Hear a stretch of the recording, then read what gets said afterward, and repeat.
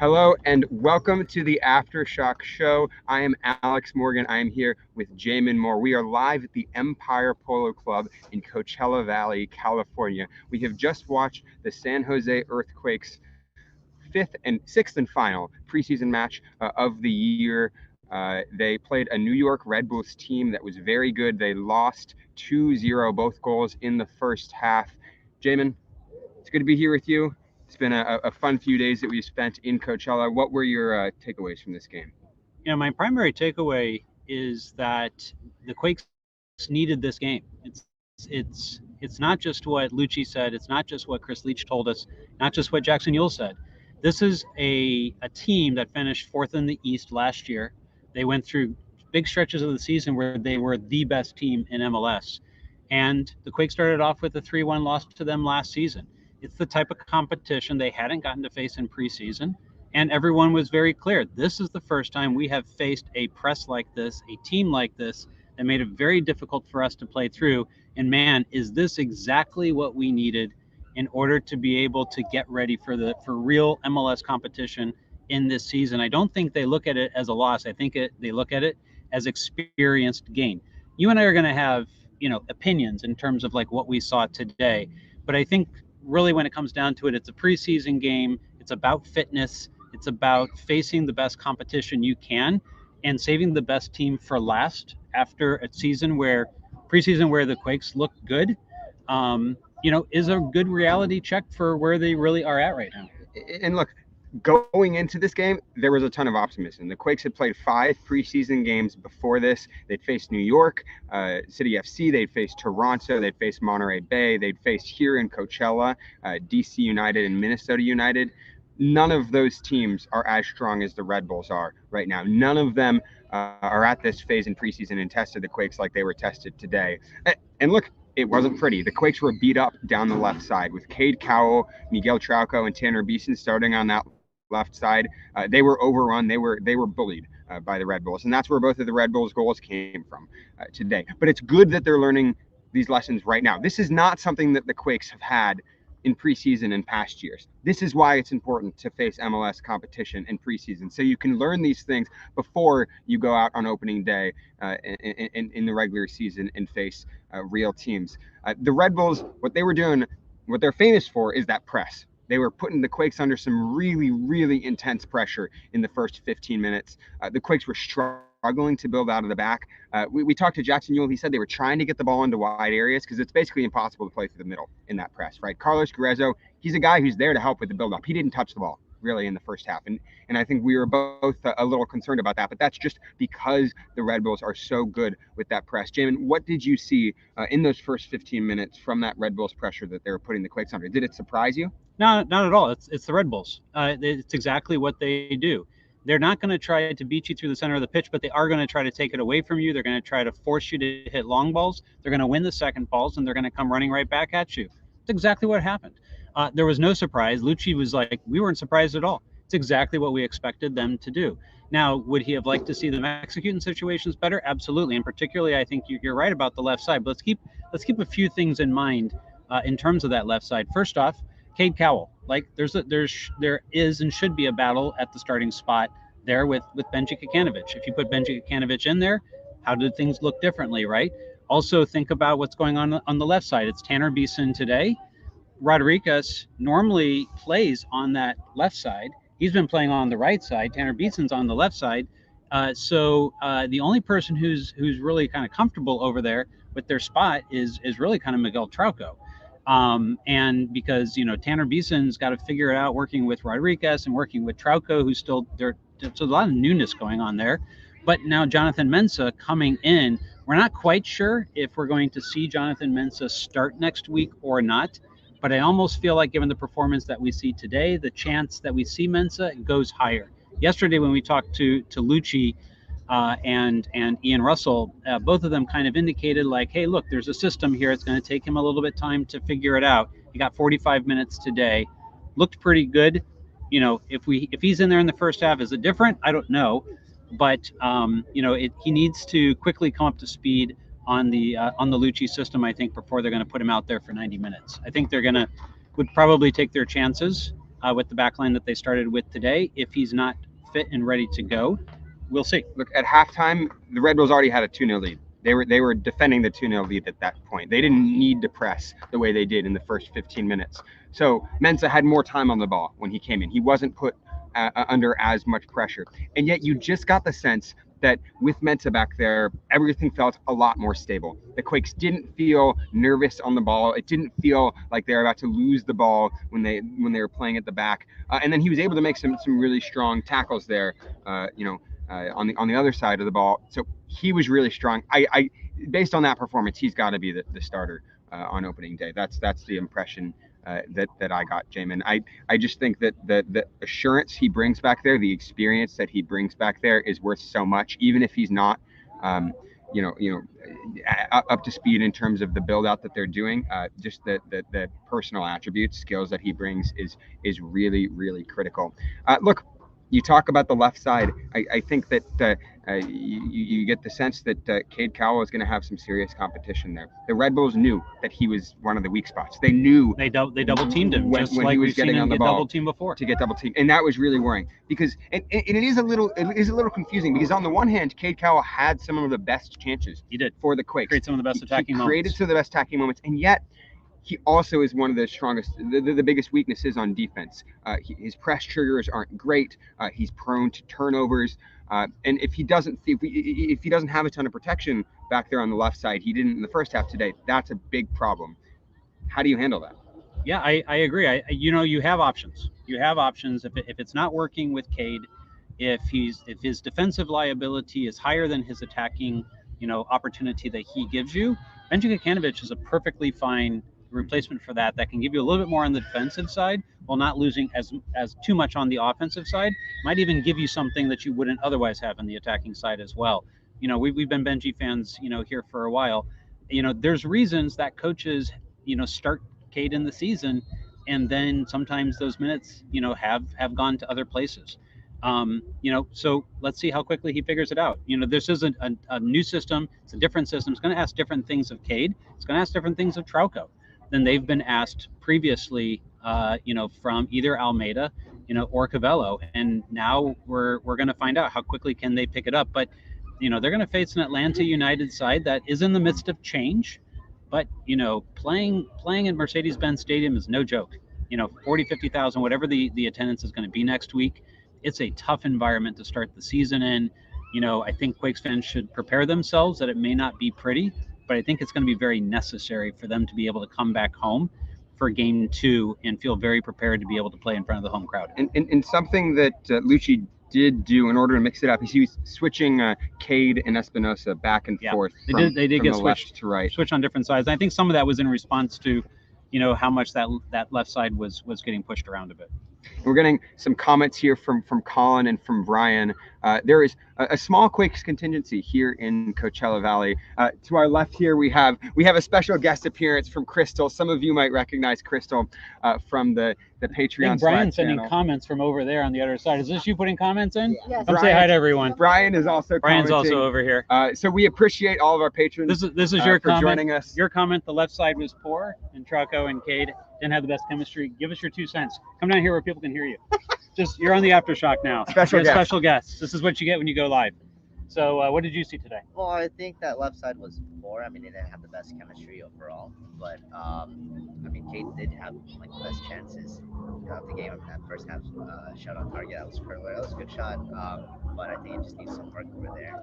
On the other hand, I thought Menson had a pretty good performance today too. It was that Goodson. It was like right over that Goodson and Puma chemistry together. So that's all I can get from this. You heard it here first.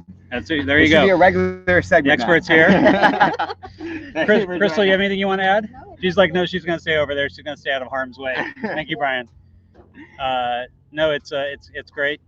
We've had a great time. Crystal and her friend Heather have been, who by the way, for those of you who may know Heather, she helped with supporters groups back in the 2015, and she lives locally, and they've been chauffeuring us everywhere. So huge thanks to them, helping to save a bit of cost as well and make this trip affordable.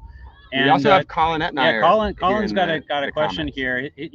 He's got one. What do you think is more an accurate reflection of this team? The 5 strong performances up till now, or the week one today? What's your take? It's definitely the week one today. This is the first time they've been seriously tested. And look, I think that they've been able to, in the last 5 games, maybe work on being the might be experiencing some internet connection issues here. So you'll have to bear with us. We're on a Wi-Fi hotspot off of my cell phone because the Wi-Fi here at the Empire Polo Cup isn't the best. But today to deal with those second balls in the midfield, I wasn't particularly impressed with Carlos Gruezo. I was expecting him to be more of a destroyer and to win more of those second balls. He was the guy who struggled today the most, I'd probably say. And look, I think more from his almost absence in the first half. You know, the fact that he didn't really kind of put a stamp on the game in the first half. Now, in talking with Luchi and talking with Jackson, you know, they didn't really, I think, feel as strongly as we did. There's probably something in terms of the game plan or the expectations of him. One of the things that we expect is that he would help play out, and what Luchi was expecting is that Jackson would drop back, you know, when it comes to the right side, and Miro would drop back when it comes to the left side, and they would be the ones to play out. It's a little bit different than I think what we're typically used to. That would be a position that we would normally expect a 6 to play out. Not only that, Carlos Gruezo is a ball-playing 6. He has the ability to do it. So it's just a little bit interesting that those are the tactical decisions. I think that's in an effort to try to get 3v2s, some overloads, which Jackson confirmed a bit. But at the same time, like you definitely wanted to see a bit more from Carlos Gruezo than you got in the first half. Yeah, what ended up happening, in order to get it out of the back, the Quakes were playing mostly out of their right side. They're having their midfielders pull really wide into the wide areas and create some combinations with the fullbacks. That wasn't working on the left side. On the right side, it was working quite well. Jackson Yueill was able to pull out wide right and get some really good combinations with Paul Marie. Paul Marie is not a guy who we were expecting to be starting this season, but I think there's a realistic chance that he is the starting right back opening day, and that he could be pushing for that starting spot going forward, because he looked like one of San Jose's strongest players on both sides of the ball. He was breaking forward down that right wing. He was having good combinations with Christian Espinosa and Jackson Yueill in the middle. And defensively, he looked strong as well. What did you take away from that right side, Paul Marie's performance? Yeah, you know, first off, Paul Marie is a player, and I told him this yesterday. It feels like he gets better and better every year. He takes another step forward. You and I both weren't Paul Marie believers. In fact, you know, I openly criticized Jesse Fiorinelli for even drafting him. So, but he's made us eat our words, I should say, because, you know, every year he does take that step, and he's going to make it difficult, I think, if Trauco and Akapo are underperforming. They're not ready to go for any reason. It's very easy to ask Paul Marie to play either side. Yeah. And it's going to be very serviceable. It's almost like you've got 3 starters and you can only pick 2. I think that's the level that he's starting to bring right now. According to not just us, but according to American Soccer Analysis, both goals plus and goals minus, which is not even public information, Paul Marie was last season both the best attacker out of the defensive side and the best defender out of the defending side of the back 4. And I think that also would include the defensive midfielder position. So, you know, he does have something that this team needs. It's not a bad thing to have that kind of depth. You want to know what my hot take is? Here's my hot take for the day. My hot take for the day is that I think the Quakes might end up using Paul Marie at left back and Akapo at right back. When Akapo came in the second half on the right side, he looked pretty strong. He looked like he was pushing forward more, and he looked defensively a little more solid. I didn't get the same impression from Trauco. I don't think that Trauco had a super strong game today. So I wouldn't be surprised if you end up having Paul Marie starting on the left side and Akapo on the right side. I think that that's a formulation that could serve the Quakes well this season. Yeah, and another notable thing for anyone who didn't quite catch it from the lineups, JT played the entire game today. Daniel played the entire game last week, but I got the sense from practice yesterday that right now JT is going to be the one to get the nod to start in Atlanta. That's the gut that we have. We have not been told that by anyone, either in front of the camera or even behind the camera. But it does have the feel that the nod's going to go to JT. A little known thing is that Daniel had to return to Brazil to take care of something there, and did miss the first preseason game here at Coachella. JT got to play that full game. Daniel played the next game. A lot of people thought, oh, that must mean Daniel's starting. I just think it was they wanted to get a good look at both keepers and make a decision who's going to get the nod in Atlanta. And right now, I think JT's got it. There's the sense that there's a lot of depth in this team, though, because the team that the Quakes had in the second half, when they were starting to put on a lot more subs, it didn't feel much worse than their starting lineup. You put on Benji for Cade. That's not a significant difference in quality. You put on Niko Shakir in the midfield, who did a great job. I think that Niko Shakir could be one of the standout players for the San Jose Earthquakes this season. The way that he was moving the ball forward quickly, creating combinations, is superb. I still think he's only 17 years old, but I think that he might be the player with the highest ceiling on this team and is ready. He's clearly ready to make a significant impact this season. So I wouldn't be surprised if this is Niko Shakir's breakout year. Yeah. And with a guy like that on the bench, you just have so many more options. Is that you get the same impression? I think he's your, if you need an injection, he's your 60th minute guy off the bench for the first guy off the bench now. He's got to be. He brings that kind of energy, and you're asking a lot of Montero. You're asking a lot of Ewell. They're really more like double eights right now, or double tens, but I'm going to say more like eights because they really have to cover a lot of ground and come back and support, particularly against a team like the Red Bulls. We'll see if it turns out that way, against other competition. But, if you're asking them to go back and forth a lot, you're going to need to have some depth in central midfield. Got to see some time from Michael Baldissimo again, as well, today. And so, right now, for me, your first guy off the bench is Niko. Your second guy off the bench is either Benji or Cade, whoever's not starting. It's going to be really interesting. The team is, the staff, everybody around the club is very high on Niko Shakir. And I think for good reason. I think the fans are going to enjoy this. In our interview with Luchi Gonzalez yesterday at the team hotel, we were able to ask him in a rapid fire round of questions. You're down 1-0. Is that no? This is up 1-0 in this case. I should have said down 1-0, but it was up 1-0. You're up 1-0 at halftime.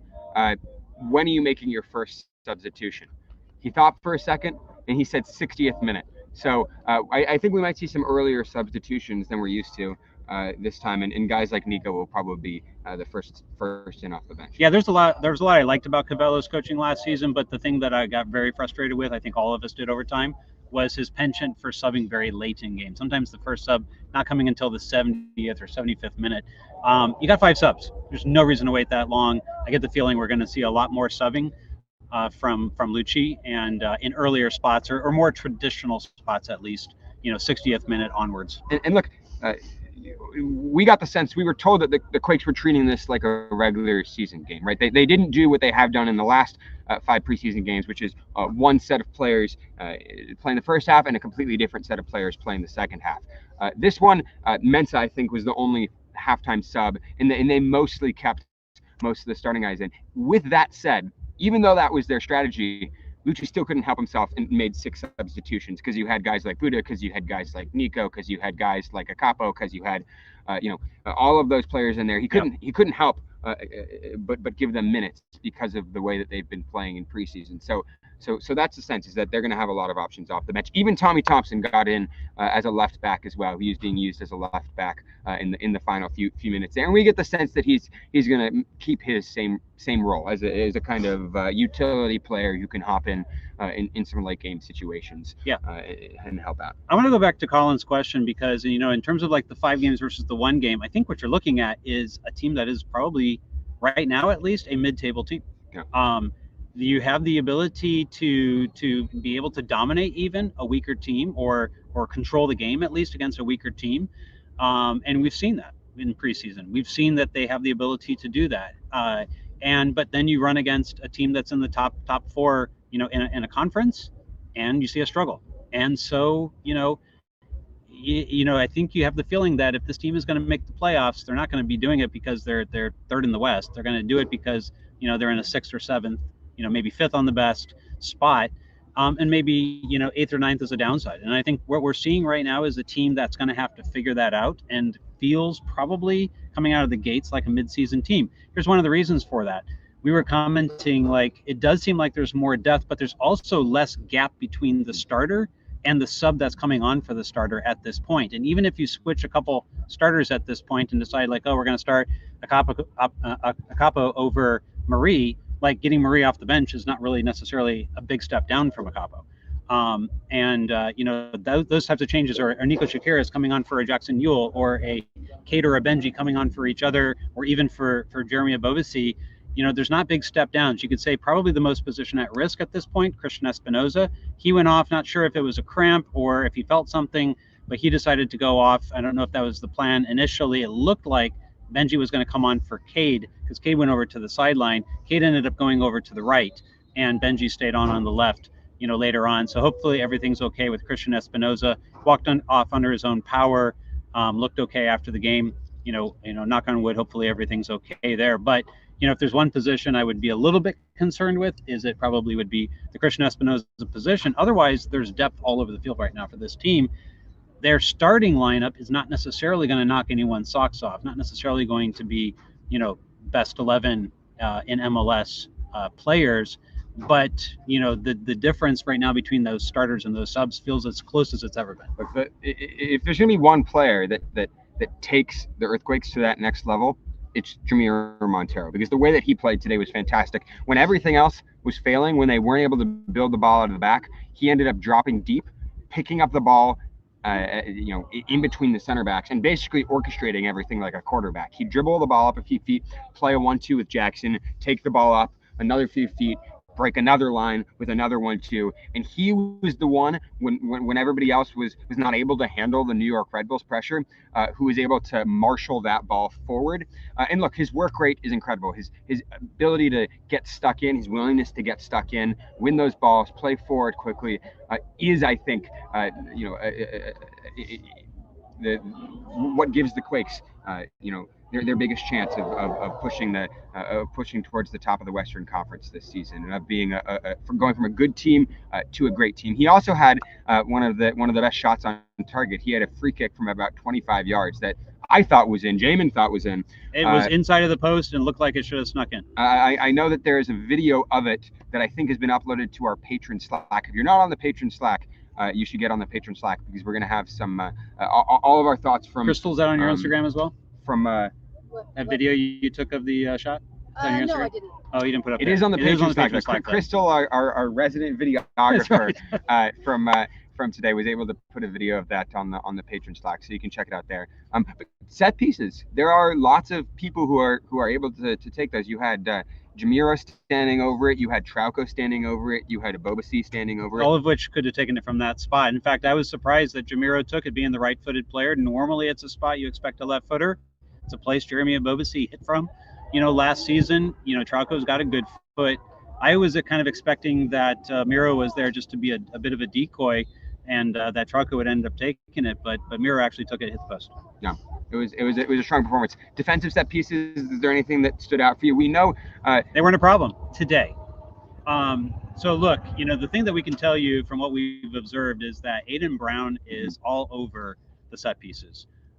He is on the defensive side. And if those of you who got to watch our video with Ian Russell that got posted for patrons yesterday, Ian mentioned this, but we saw it in practice ourselves, that Aiden Brown is in charge of defensive side of set pieces. This is a very key area, because when your team that gave up 69 goals, and probably a sizable portion of those came off of set pieces, Quakes fans, most of the time you're like, oh, it's going to the corner, it's a 2% chance, unlikely that you're going to score. Quakes fans have this sinking feeling, I feel, having watched, Almeida's teams and even the team under Cabello last year, that any set piece is going to go in.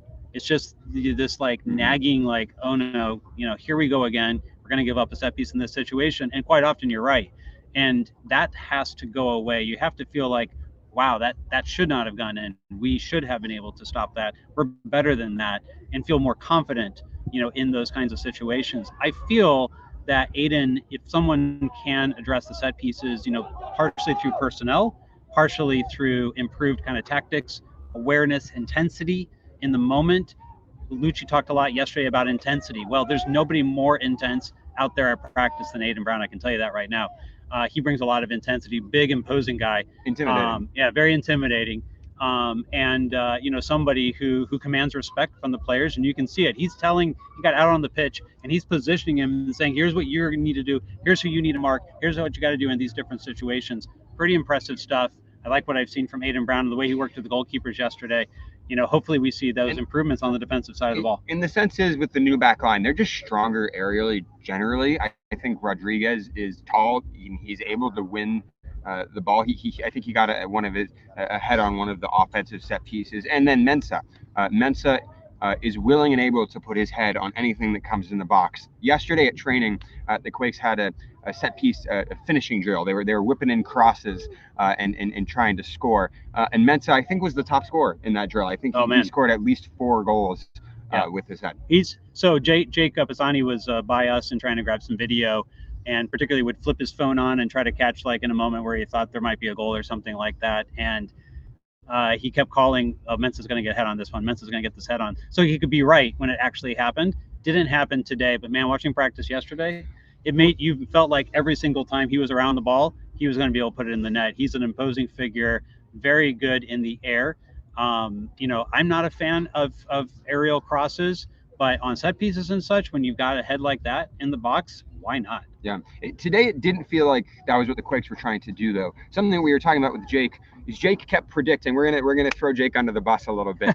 Jake is Jake's a great guy. He's been helping us all weekend. Jake has helped us coordinate this trip, so we're very grateful for Jake. But he was expecting the Quakes to put the ball in the box more for that reason. Yeah. But every set piece was taken short. Almost everyone, all except the corners, all the wide set pieces were taken short. So it felt like today was maybe a day that they were trying out some of those short routines. Maybe we thought that they kept trying them. So we hadn't really seen it earlier in preseason from the videos that we had seen. So kind of the expectation was, maybe this was a day to try to do some other stuff on the set piece side and put some of that into practice.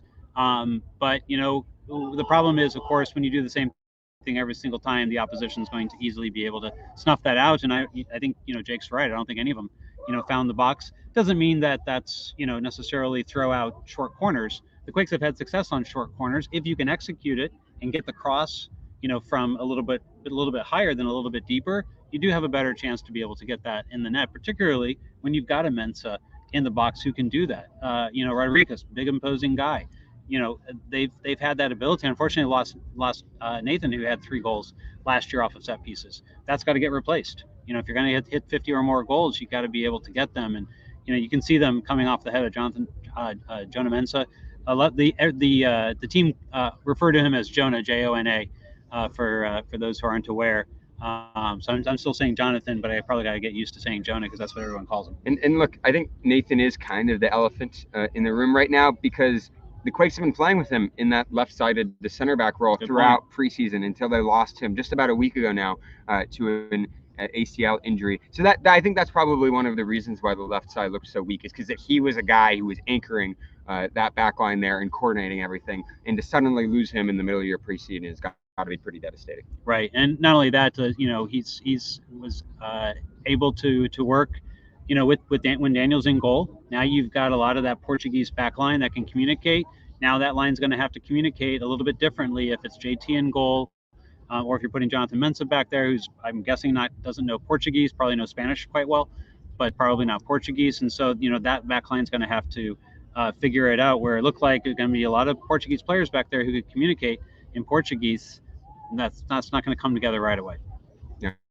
Any other thoughts from today's game, Jamon, or from the trip overall? I think from the trip overall, look, there's a lot to be excited about. I think you take today as what it is. It's a preseason game. You take the lessons learned. Everyone said, hey, we want to go back and look at the tape. We want to see, what we did and what we can do better.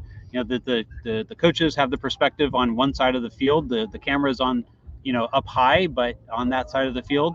And a lot of the things that were going wrong in the first half were on the opposite side of the field. So, they're gonna rely on coming back, looking at the video, so that they can make those kinds of adjustments. They're going to get a day off tomorrow, we hear, and then they'll be back at it and get ready for Atlanta United. Jamie, we've been talking a lot of tactics. That's been the focus. But there's also some sartorial commentary that might be relevant in this moment. The Quakes released their new kit yesterday while we were at training. is when they released that. They weren't playing in them today. It turns out they did not bring the new kits with them down to Coachella, so they were still in their training I was tops. looking for a photo with the kit. I know that Vancouver Whitecaps on the other field were playing in their new kits, but most of the teams have just been playing in training tops here. Jonathan Mensa didn't even have a number yet. He's planning on wearing number 4, is what we're hearing if you're trying to get a Mensa kit. But he didn't, because he was signed in the middle of this preseason trip, the Quakes didn't bring any of those number 4 kits down with them. So thoughts on the new kit? Anything stand out to you? I want to see it in person. But those who have seen it in person, very complimentary. I don't remember people being quite as excited about a kit from a fan perspective. Maybe since the last black one with the blue jaggedy whatever you would call those things. Triangles. Are they triangles? Mountains. No, I'm saying like the one from a few years back. Chevrons. People like those are chevrons. Those are chevrons. Look, here's a few thoughts. It looks like a Real Madrid kit. So if the Quakes can have Real Madrid success, I'm willing to take it. The other thing that we're wondering. I like Colin's comment there. I didn't know that was coming, Colin. He sabotaged me with that. We'll see how many times I can fit it in throughout the season. Chevrons. Colin. There we go. Everyone's saying chevrons. Yes, of course. You all should be on the show. It's definitely a chevron. The other thing that we were wondering about the kit is that from some of the photos and from some of the sort of stock images that we've seen online, it appears that the pattern is different on every kit. That there isn't a standard pattern of triangles. That it wasn't even in the press. I looked in the press release and couldn't find them saying that. But if you take a look at the photo that's got 3 different players in it, they all do look a little bit differently. So we need somebody to head to the team store, do some investigative research, report back in the patron Slack.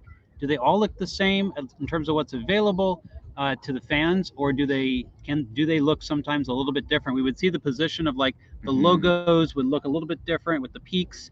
Like they wouldn't line up the same way. It's possible that some of it depends on what size kit you're wearing. True. So that could change a little bit. All the players in that photo probably wear the same size. So we're not entirely sure. Maybe could that's just be a team thing, maybe not available to the fans. Some investigative work that we can do. But I think if each kit is custom, unique in terms of where exactly the pattern is placed, that makes it even cooler in my eyes. It says the Adidas, they are the Adidas slanted lines collages together. So I don't know. We'll see. We'll see. Look, my takeaway from today's game is that this Quakes team has a ceiling, right?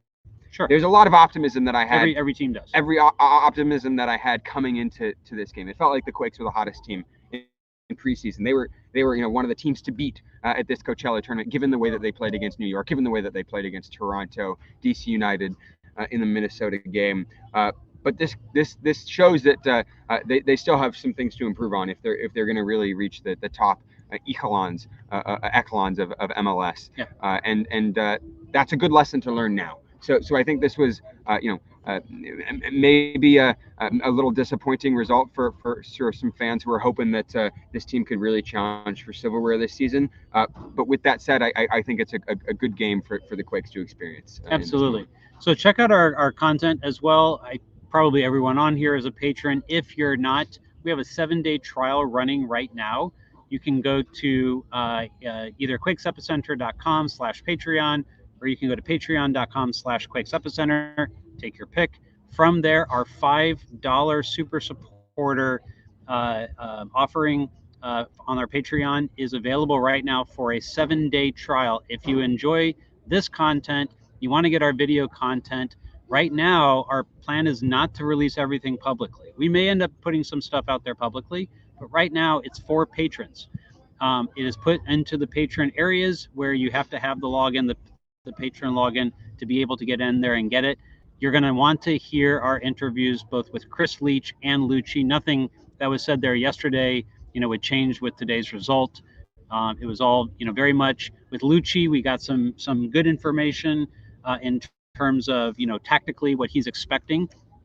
Expect it's going to sound a bit Greg Berhalter-like. He's coming from the men's national team. Defensively, a lot of those principles are very clearly what's been brought in. Some of the complexities of the game model, he kind of alluded to the fact that some of those are in there. You're going to want to hear this kind of stuff. I think it's very important in terms of setting, the right expectations. There's still a lot for the players to learn. They haven't gotten a chance to absorb it all yet. We're seeing growing pains. we should expect coming into the season to see growing pains. Not that we shouldn't be critical, but it gives us a good perspective on what we should see. Also, I thought our discussion with Chris Leach was quite insightful. He opened up a bit in terms of the signings, in terms of the timing of signings within windows, and kind of what he's trying to do. We all have our perspective on these types of things, but you got to give him credit. He moved quickly to be able to get the Jonathan Mensah deal done. He swooped in at the last second and got it away from another team. I asked him about it. He had an answer, maybe not the most direct answer, but it's something that, again, you're going to want to hear. So Mensah, Daniel, who some people, by the way, refer to as Danielle. Others say Daniel. I think either one is probably acceptable. And then also Grezzo, and gave us a little bit more background in terms of the Grezzo situation and how they arrived on him. So there's a lot to take in from both of those conversations. They're both 20 minutes long. We also got Brian is like verticality. Yes, you'll hear verticality, but probably only once. I don't think he said it more than that. So there's some good stuff from that. Whoops, I keep hitting the wrong thing here. Good stuff from both of those interviews. They're both 20 minutes long, and you're going to get to really some great content out of that, as well as we'll now have the 2 post-game interviews that we did today, the first with Luchi, the second with Jackson Ewell. Those will come as audio files, just like the ones yesterday did, and we'll get those posted. Hopefully I can get to the airport. That's the next thing to do here, is get Jamon to the airport in Ontario, 2 hours away, and hopefully I get there in time and on the flight and have some time to get these uploads done. We tried to get Chris Leach to take some credit in our interview with him for the Mensah signing, which was a really critical signing for this team this season. I think that this game showed why. But he has a lot of humility, and he likes to work more behind the scenes. So he was able to peel a little bit more of his thought process back for us, which was really helpful. And I think together, the 3 interviews that we did with Ian Russell, Luchi Gonzalez, and Chris Leach give a really, really good picture of where the technical staff is at and what their thinking is. Each of them brings a slightly different perspective to the table. And so between those 3 interviews, you can get a really good sense of the direction that this team and this club is moving in. And so we have the Ian Russell interview posted last night on the patron Slack. I know that Chris Leach and Luchi Gonzalez interviews, slightly longer conversations.